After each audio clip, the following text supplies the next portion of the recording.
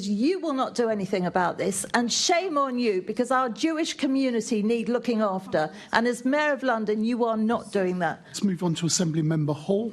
Okay, thank you. Morning, Mr. Mayor. I'm discussing the protests. So on the holiest day in the Jewish calendar and on the day of the horrific terror attack in Manchester, pro-Palestinian protesters gathered along Whitehall and the Cenotaph to chant offensive slogans and clap to them, play loud music and wave offensive signs. Protesters gathered at Liverpool Street Station, screaming chants at passing commuters. Protesters could be heard chanting "from the river to the sea" and describing Israel as a terror state. So on the day of the Manchester terror attack, was that behaviour appropriate? No, I don't think it was. I think it's more to distinguish between what's lawful and what's considerate, mindful and sensitive. And it's worth just spending time talking to Jewish people. You know, there is one state that has a Jewish majority, and many people have an affinity to that who are of the Jewish faith. And on the day when a place of worship, on the Day of Atonement, has been attacked by a terrorist, you can... Buckle up, guys. Today we're diving right into a tense confrontation that erupts the moment concerns about London's Jewish community are raised. The Assembly member delivers a pointed accusation, challenging the mayor on what she sees as a failure of responsibility. The tone shifts sharply as fear, safety, and leadership collide in real time. What begins as a routine question quickly exposes deeper frustration within the chamber. The mayor responds cautiously, but the tension only builds from here. This opening sets the stage for a clash that reveals just how divided opinions have become. Every line signals growing urgency as the discussion moves toward the heart of the conflict. Understand, I hope, why Jewish people are feeling frightened. And let's not go to what the law is. I think you use the word appropriate. That's a good word. I don't think it's appropriate because people are feeling scared and frightened more so than they have, in the recent past. Okay, so do you think that the behaviour of the protesters in Whitehall and at Liverpool Street is anti-Semitic? Well, you're asking a general question about individuals' behaviour. I think it's insensitive, and I think it's... No, is it anti-Semitic? No, I don't think marching's anti-Semitic. So you don't think screaming "from the river to the sea" and calling it a terror state is anti-Semitic? Okay. So the members now extended a question from "is the march anti-Semitic" to now specific phrases of anti-Semitic. Well, the phrase is constantly being used during these hate marches. This is why I'm asking the question. Do you think to scream "from the river to the sea," which they're doing during these hate marches, is appropriate? Do you think it is anti-Semitic? Okay, I don't think it's anti-Semitic, and I think it's all about context. And we had the same conversation, by the way, Chair, a month ago when the member was... Here the pressure escalates as the Assembly member demands clarity on whether certain protest chants cross the line into anti-Semitism. The mayor leans heavily on context, refusing to declare phrases universally hateful, which only intensifies the pushback. The disagreement widens as the Assembly member insists these chants are used repeatedly and intentionally during what she calls hate marches. The mayor's insistence on nuanced clashes sharply with a call for direct condemnation. Each exchange shows how differently both sides interpret the same words. The frustration becomes unmistakable as neither view moves an inch. This moment captures the core of the debate: intent, perception, and responsibility. Arguing that the far right should be allowed to march, and we were having this conversation about Article 10 and freedom of expression. Now, I already said I think it's inappropriate and insensitive on the day of a terrorist attack to have these sorts of marches. Some slogans can be anti-Semitic, but it's all about context. And in certain contexts, yes, those slogans are anti-Semitic. In other contexts, they're not. Well, we will differ on that view. All we ever hear is "from the river to the sea," and we all know what that means, and that is anti-Semitic.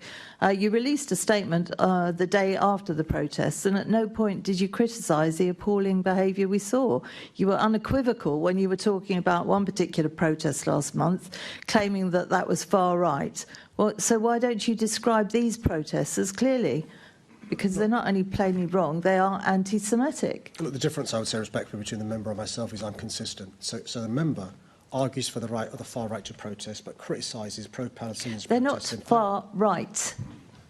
They wave flags like this, That does not make me far right. That makes me very patriotic, actually. So you immediately come down on those, and yet we have had these anti-Semitic comments constantly from these hate marches, and you don't comment on that at all. Last month you said politics. In this segment, the confrontation deepens as accusations of inconsistency take center stage. The Assembly member challenges the mayor for condemning one protest group while appearing reluctant with another, calling it a clear double standard. The mayor fires back, labeling specific figures as racist and insisting his position has been steady.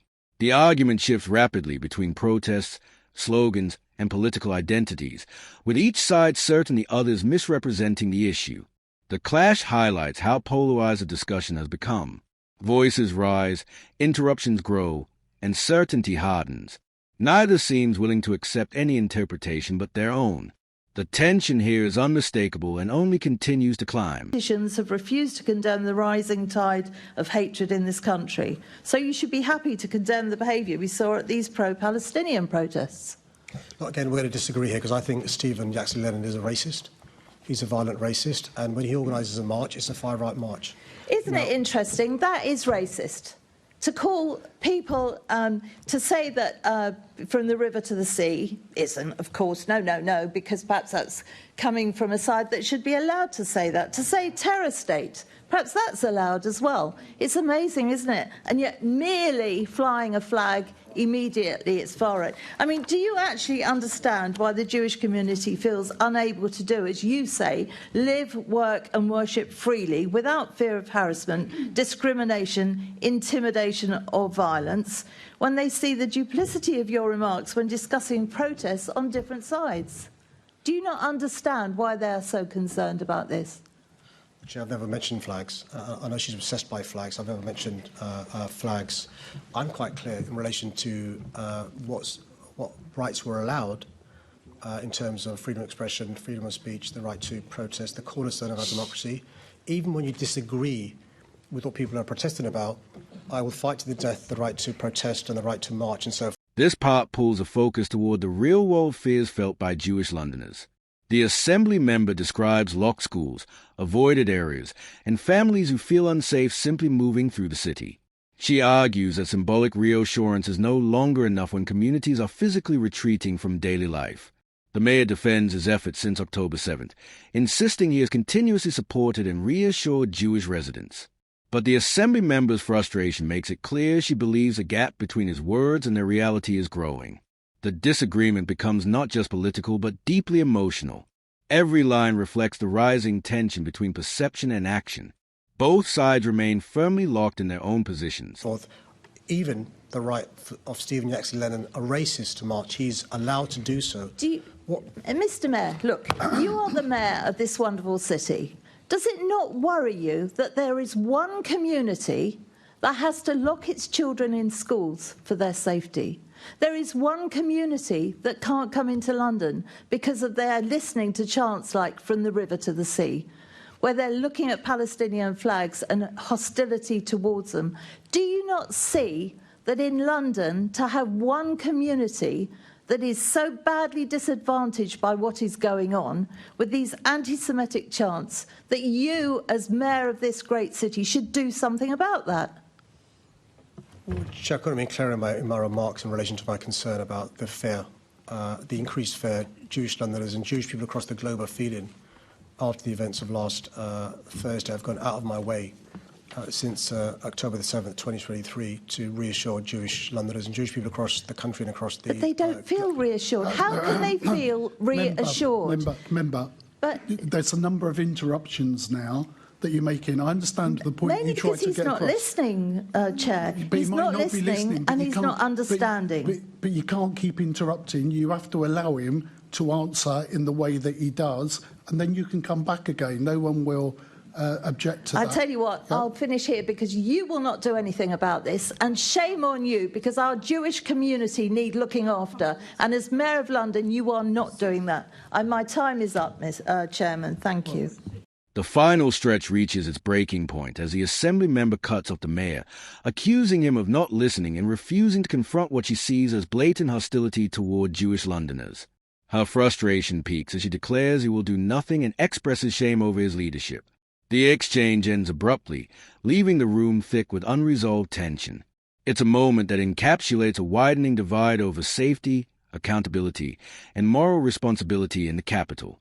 The debate leaves viewers questioning the future direction of London's leadership. The room settles, but the issues remain far from solved.